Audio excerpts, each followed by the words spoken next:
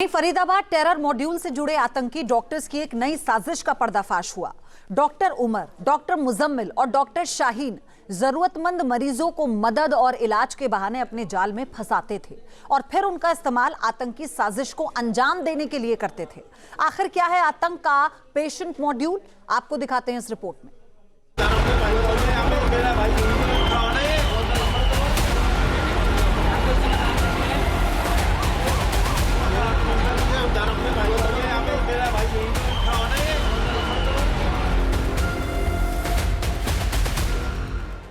Delhi blast को अंजाम देने वाले फरीदाबाद टेरर मॉड्यूल को लेकर चौंकाने वाला खुलासा हुआ है।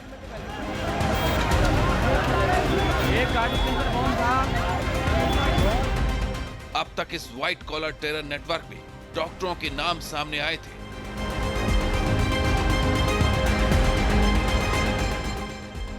अब इसमें पेशेंट मॉड्यूल भंडाफोड़ हुआ है। दिल्ली ब्लास्ट के सुसाइड बॉम्बर डॉक्टर उमर और उसके साथियों की आतंकी नजर अपने मरीजों पर रहती थी।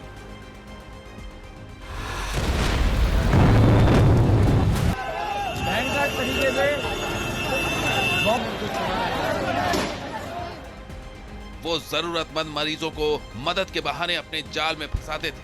कभी इलाज तो कभी पैसों से उनकी मदद करते थे और इसके बदले उनका इस्तेमाल आतंकी गतिविधियों में करते थे। इतना ही नहीं, आतंक के ये डॉक्टर मरीजों का ब्रेन वॉश कर उन्हें जिहादी और सुसाइड बम्बर बनाने की कोशिश भी करते थे। डॉक्टर मुजम्मिल, डॉक्टर शाहीन जो जैशे मोहम्मद की जमात उल मोमिनात की अध्यक्षा थी हिंदुस्तान के अंदर, और डॉक्टर उमर नबी, ये तीनों इलाज करते थे और इलाज के बहाने ये पेशेंट में उन कमजोर कड़ियों को ढूंढते थे जिन्हें ये अपने रंग में रंग सकते हैं, और फिर उपचार के बहाने उनसे दोस्ती करते थे और फिर दोस्ती के बहाने उनके घर तक चले जाते थे। अब समझिए आखिर इस पेशेंट मॉड्यूल की मोडस ऑपरेंडी क्या थी। हम आपको 3 केस स्टडी के जरिए पूरी कहानी बताते हैं। लाल रंग की जिस इको स्पोर्ट्स को अभी आप देख रहे हैं वो डॉक्टर उमर नबी की है। वही आत्मघाती हमलावर उमर नबी जिसने 10 नवंबर को लाल किले के पास एक ट्रैफिक सिग्नल पर खुद को कार समेत उड़ा लिया था।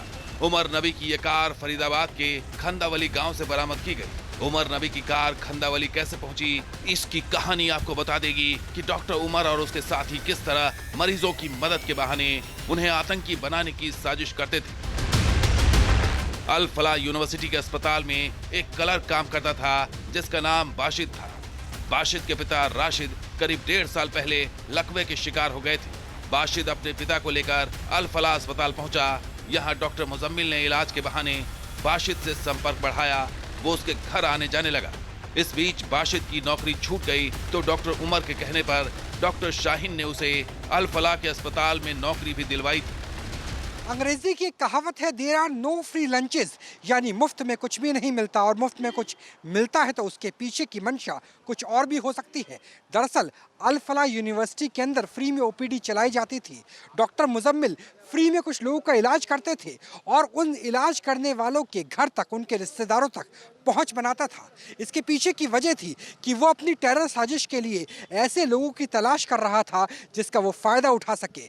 ऐसे लोगों को ना सिर्फ मुफ्त में इलाज दिया जाता था बल्कि उन्हें नौकरी भी दी जाती थी इसी अल फलाह यूनिवर्सिटी के अंदर। इस तरह डॉक्टर टेरर मॉड्यूल ने इलाज और नौकरी देकर बाशिद को अपने चंगुल में फंसा लिया। वो इन डॉक्टर्स के एहसान तले दब गया। इसके बाद असली खेल शुरू हुआ।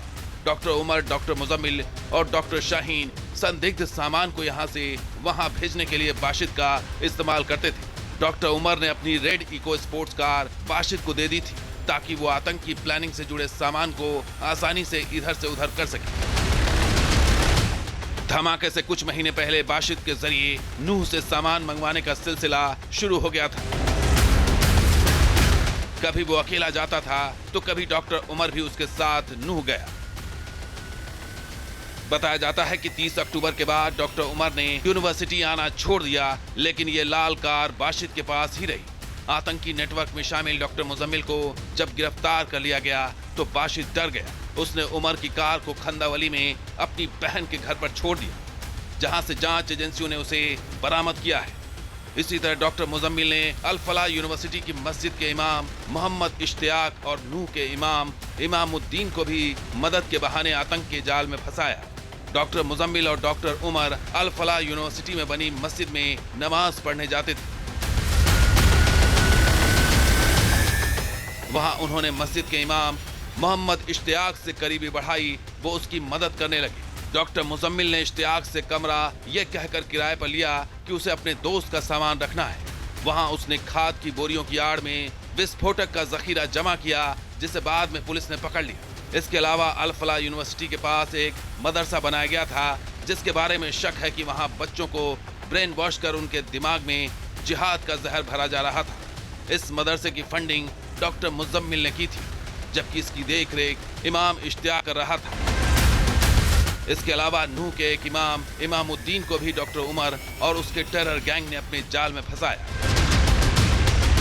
इमामुद्दीन अपनी पत्नी का इलाज कराने 2 साल पहले अल फलाह यूनिवर्सिटी में आया था, जहां वो डॉक्टर मुजम्मिल के संपर्क में आया। डॉक्टर मुजम्मिल की मदद से इमामुद्दीन के बेटे के पैर का ऑपरेशन भी अल फलाह अस्पताल में हुआ।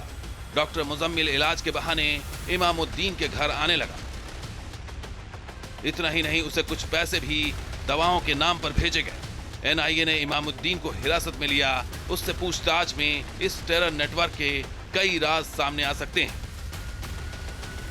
Team news nation. जहां भक्ति है हर शब्द में, कथाओं में छिपे हैं दिव्य रहस्य और ज्योतिष देता है जीवन को दिशा। धर्म से जुड़ी हर बातों को जानने के लिए हमारे चैनल स्तुति को सब्सक्राइब करें।